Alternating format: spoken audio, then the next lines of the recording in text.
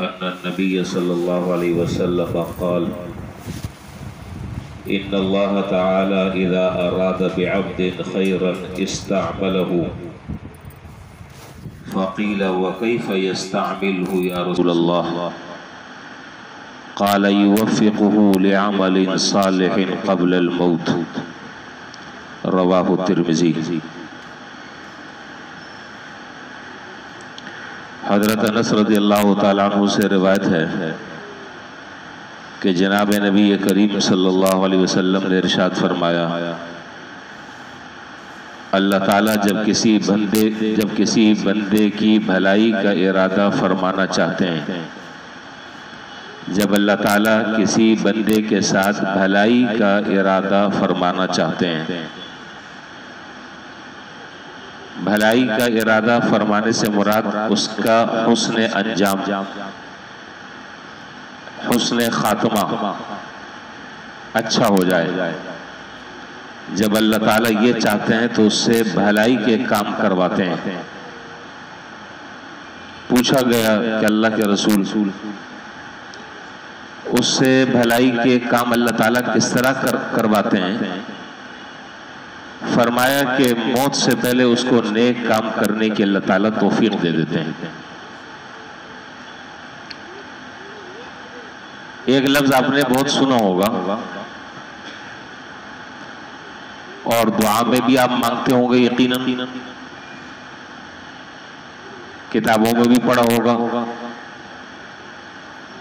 اللہ تعالیٰ حسن خاتمے کی دولت سے مالا مال فرمائے۔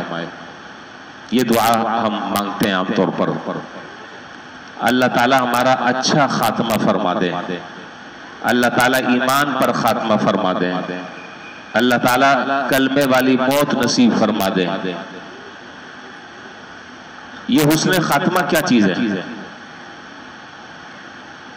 خاتمہ در حقیقت کسی چیز کے بہتر انجام کو کہا جاتا ہے۔ کسی چیز کے بہتر انجام کو حسن خاتمہ کہتے ہیں۔ مثال کے طور پہ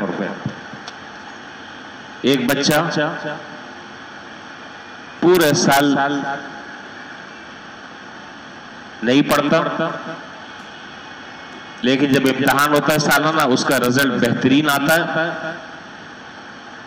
تو یہ رزلٹ کا بہترین آنا یہ اس بات کی دلیل ہوتی ہے کہ بھائی انجام کے اعتبار سے، خاتمے کے اعتبار سے، رزلٹ کے اعتبار سے یہ بچہ ایون ہے۔ درمیان کا اعتبار نہیں ہے، درمیان میں اس نے پڑھا یا نہیں پڑھا، لیکن اگر سالانہ اس کا امتحان میں نتیجہ اچھا ہے، اس کی رپورٹ اچھی ہے، تو اس کو کامیاب تصور کیا جاتا ہے، اور رپورٹ خراب ہونے پر ناکام تصور کیا جاتا ہے۔ اسی کو یہاں حدیث میں یہاں فرمایا کہ انما الاعمال بالخواتیم، اعمال کا جو دار و مدار ہے وہ خاتمے پر ہے۔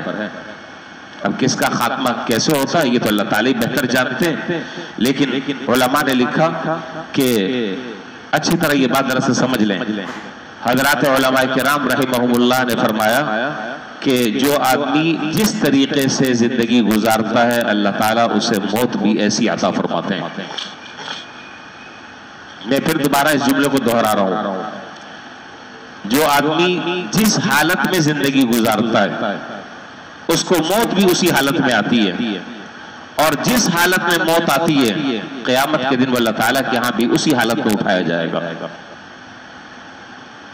اگر زندگی اچھے کاموں کے کرتے گزری تو اللہ تعالیٰ کی رحمت سے امید ہے کہ انشاءاللہ خاتمہ بھی اچھا ہی ہوگا۔ اور اگر خدا نخواستہ اللہ نہ کرے زندگی معصیتوں میں، منکرات میں، نافرمانیوں میں، غلط سلط کاموں میں، تو پھر خطرہ ہے اس بات کا کہ شاید حسن خاتمہ نہ ہو۔ اور حدیث شریف میں کہ بس اوقات ایسا بھی ہوتا ہے، یہ جو بات میں عرض کر رہا ہوں بس اوقات یہ قاعدہ کلیہ نہیں ہے، قاعدہ کلیہ تو وہ ہے جو میں نے ابھی ذکر کیا کہ جیسی زندگی ویسی موت، یہ قاعدہ کلیہ ہے۔ لیکن کبھی کبھار ایسا ہوتا ہے کہ ایک آدمی جو ہے وہ زندگی پر اچھے کام کرتا رہتا ہے، اچھے کام کرتا رہتا ہے، جنت والے اعمال کرتا رہتا ہے یہاں تک کہ آخری وقت میں اس کے اور جنت کے درمیان ایک بالشت کا فاصلہ باقی رہتا ہے. یعنی آپ اس کو یوں سمجھیں کہ ایک آدمی کی عمر جو ہے وہ 70 سال 60 سال 65 سال، ابھی اس کے مرنے میں 2 دن باقی رہ گئے. یوں سمجھیں آپ پوری زندگی جنت والے کام کرتا رہتا ہے، اچھے اعمال کرتا رہتا ہے. آخری جب وقت آتا ہے بس اس کے قریب، بس اس کی موت کا وقت قریب آ چکا ہوتا ہے، اس کے اور جنت کے درمیان ایک بالش کا فاصلہ رہ جاتا ہے. اچانک مت باری جاتی ہے اور آدمی وہ کام کرنے لگتا ہے کہ جس کی وجہ سے وہ جہنم کا مستحق ہو چکا ہوتا ہے. اللہ تعالیٰ پناہ میں رکھے، اللہ تعالیٰ حفاظت فرمائے. یہ میرے الفاظ اور میرا مفہوم نہیں ہے، یہ حدیث کا مفہوم ہے جو میں عرض کر رہا ہوں. اسی طرح حدیث نے فرمایا کہ بس اوقات ایسا ہوتا ہے کہ ایک آدمی زندگی بھر جہنمیوں والے کام کرتا رہتا ہے، یعنی وہ کام کرتا رہتا ہے کہ جس سے جہنم واجب ہو چکی ہوتی ہے، اور پھر اس کے درمیان اور جہنم کے درمیان ایک بالش کا فاصلہ باقی رہ جاتا ہے. اللہ اسے ہدایت نصیب فرما دیتے ہیں، اور پھر اچانک اس سے وہ کام سرزد ہونے شروع ہو جاتے ہیں کہ جس پر اس کا حسن خاتمہ اللہ تعالیٰ فرما دیتے ہیں. تو معلوم یہ ہوا کہ حسن خاتمہ یہ اللہ تعالیٰ کی طرف سے عظیم دولت ہے. اس سے بڑی دولت دنیا میں کوئی اور نہیں ہے. حسن خاتمہ، اللہ تعالیٰ ایمان پر خاتمہ فرما دیں. حدیث میں کئی سارے اعمال ایسے بتلائے گئے ہیں کہ جن اعمال کی بنا پر اللہ تعالیٰ حسن خاتمے کی دولت سے مالا مال فرماتے ہیں، اور کچھ گناہ کے کام ایسے ہیں کہ اللہ نہ کرے ان گناہوں کے کاموں کو اگر آدمی کرتا ہے تو پھر حسن خاتمہ نہیں ہوتا. اب یہ ساری باتیں حدیث کی کسی ایک کتاب میں نہیں ہے، مختلف حدیث کی کتابوں میں اس کی چھان بٹک میں کر رہا ہوں. کچھ چیزیں مجھے ملی ہیں، اس کو میں نے تحریر کر لیا ہے. اللہ تعالیٰ نے چاہے انشاءاللہ میں چاہتا ہوں کہ وہ اعمال ہمارے سامنے آ جائیں، حسن خاتمہ کے وہ اعمال ہمارے سامنے آ جائیں کہ ہم ان اعمال کو آج سے ہی کرنا شروع کر دیں، تاکہ اللہ تعالیٰ ہمارا خاتمہ جو ہے وہ ایمان پر فرمائے اور کلمے والی اللہ تعالیٰ ہمیں موت نصیب فرما دیں. امام ابو زرعہ رازی رحمت اللہ علیہ وہ عظیم شخصیت ہے اس دنیا کی کہ جن کو جناب رسول اللہ صلی اللہ علیہ وسلم کی احادیث مبارکہ 7 لاکھ کے قریب زبانی حفظ تھی، زبانی یاد تھی. 7 لاکھ. ہم سے تو اما پارے کا ایک پاؤ آخری 10 صورتیں وہ ہمارے لیے مشکل ہے، ہم وہ یاد نہیں کر سکتے. 7 لاکھ حدیثیں، سوچئے کس اس آدمی نے اپنی زندگی کہاں لگا دی. کہتے ہیں کہ حضرت امام ابو زرعہ رازی رحمت اللہ علیہ جو ہے وہ حدیث کا درس دیتے تھے، ان کا ایک حلقہ لگتا تھا. تو ایک نوجوان جس کی نئی شادی ہوئی تھی وہ حضرت کے حلقے میں جا کر بیٹھتا تھا. اب ظاہر ہے کہ شادی نہیں ہوئی ہے، بیگم کا کہنا یہ ہے کہ بھائی گھر میں بیٹھو. اب وہ حضرت کے حلقے میں جب جاتا تو روزانہ دیر سے گھر پہنچتا. بیوی نے تنگ آ کر کہا کہ کہاں جاتے ہو؟ کہا کہ میرے استاد ہیں، ان کا درس ہوتا ہے حدیث کا، وہ بس اوقات لمبا ہو جاتا ہے، وہ درس سننے کے لیے میں بیٹھ جاتا ہوں. تو بیوی نے جوش میں آ کر کہہ دیا کہ نہ تیرے استاد کو کچھ آتا ہے نہ تجھے کچھ آتا ہے، وہ بھی فارغ تو بھی فارغ. ظاہر ہے کہ ایک دین سیکھنے والا ایک طالب علم اور ایک حدیث سیکھنے والا طالب علم، دیکھیں اسکول اور کالج یونیورسٹی اور ان کے اساتذہ کا تصور الگ ہے، اور جامعات اور دینی مدارس اس میں اساتذہ کا تصور الگ ہے. تو وہ نوجوان جو ہے اپنے استاد کے بارے میں یہ بات برداشت نہیں کر سکا کہ میرے استاد کو میری بیوی نے یہ کہا کہ تیرا استاد بھی فارغ اور تو بھی فارغ، چلو میں تو فارغ ہوں. میرے استاد کے بارے میں اس طرح ناروا بات کہنا. تو اس نے قسم کھا لی، جوش میں آ کر قسم یہ کھا لی کہ اگر میرے استاد کو 1 لاکھ حدیثیں سند اور متن کے ساتھ یاد نہ ہوئی تو تجھے 3 طلاقیں. بات تو زبان سے نکل گئی، یہ تیر ہے کمان سے نکل گیا، اب سوچتے رہو، سر پیٹتے رہو۔ جب صبح ہوئی، جوش دونوں کا ٹھنڈا ہوا، تو پھر خیال ہوا کہ میں نے تو بہت شاید بڑی بات کہہ دی ہے۔ 1,00,000 حدیثیں سند اور متن کے ساتھ۔ آپ سند جانتے ہیں کہ سند کس کو کہتے ہیں؟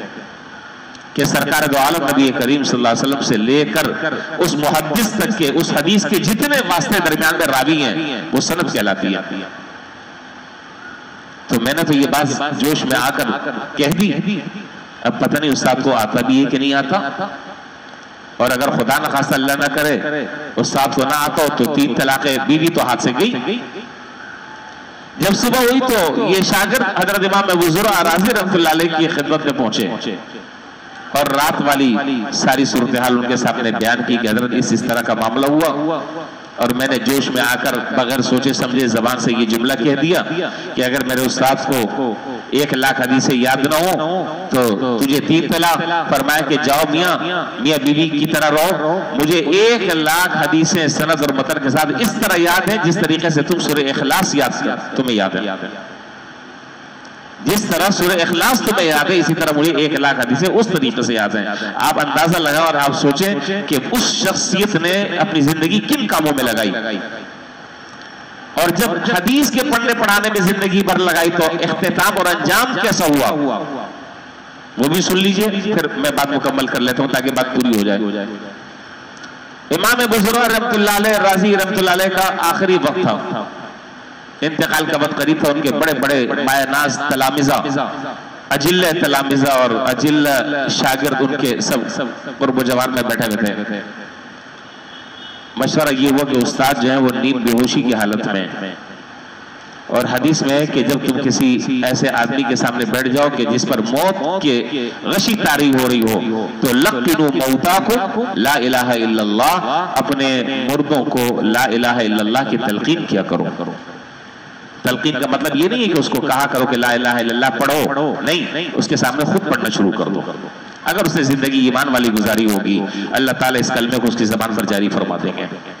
تلقین کا معنی یہ نہیں کہ اس کو کہنا نہیں چاہیے، اس وقت تو آدمی کس تکلیف میں ہوتا ہے، اللہ تعالیٰ پناہ میں رکھے۔ تو شاگردوں نے آپس سے مشورہ کیا کہ کیا کیا جائے، تو مشورہ یہ ہوا کہ بھائی اس حدیث کا آپس میں مذاکرہ کیا جائے کہ جس حدیث میں حضور اکرم صلی اللہ علیہ وسلم نے یہ خوشخبری اور پیشن گوئی سنائی ہے، چنانچہ اس روایت کا آپس میں تکرار شروع کیا، اور حضور صلی اللہ علیہ وسلم سے لے کر اس استاد تک کے امام ابو زرع رحمۃ اللہ علیہ تک کے جتنے اس حدیث کے راوی تھے، جتنی سندیں تھی، تمام کی تمام سندوں کا وہ ذکر کرتے کرتے کرتے کرتے کرتے کرتے جب اپنے استاد کی سند پر پہنچے تو وہ نیم بے ہوشی کی حالت میں انہوں نے اب آگے اپنی سند پڑھنی شروع کی، اور آخر میں یہ کہا کہ قال رسول اللہ صلی اللہ علیہ وسلم من کان آخر کلامہ لا الہ الا اللہ دخل الجنہ۔ حضور صلی اللہ علیہ وسلم یہ ارشاد فرما رہے ہیں کہ جس آدمی کا آخری کلمہ لا الہ الا اللہ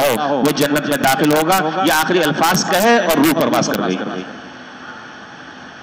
یہ آخری کلمہ زبان سے نکلا اور اسی وقت جو ہے وہ روح پرواز کر گئی۔ یہ ہے وہ بات کہ جسے میں عرض کر رہا ہوں کہ جیسی زندگی گزاریں گے ویسے ہی موت آئے گی، اور جیسی موت آئے گی ویسے اللہ تعالیٰ کے ہاں اٹھائے جائیں گے۔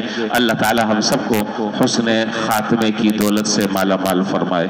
وآخر دعوانا